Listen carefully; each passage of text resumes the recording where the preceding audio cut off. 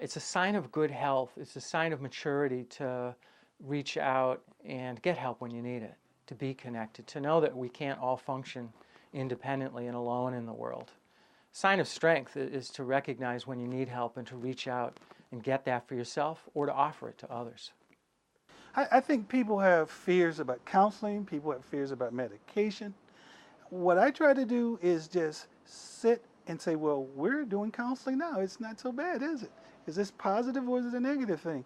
And then if they need medication, I'll say, well, you know, we can send you to the psychiatrist and it's up to you to determine whether or not you want to use the medication. But why don't we get a second opinion to see if you need it?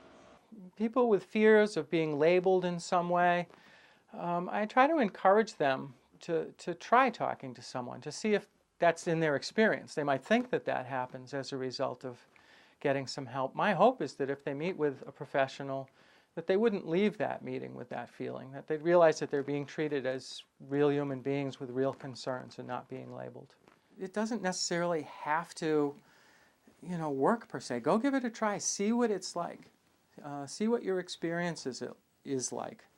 Sometimes people go to therapy and there's a lot of relief that first session. They feel so much better after just getting things off their chest.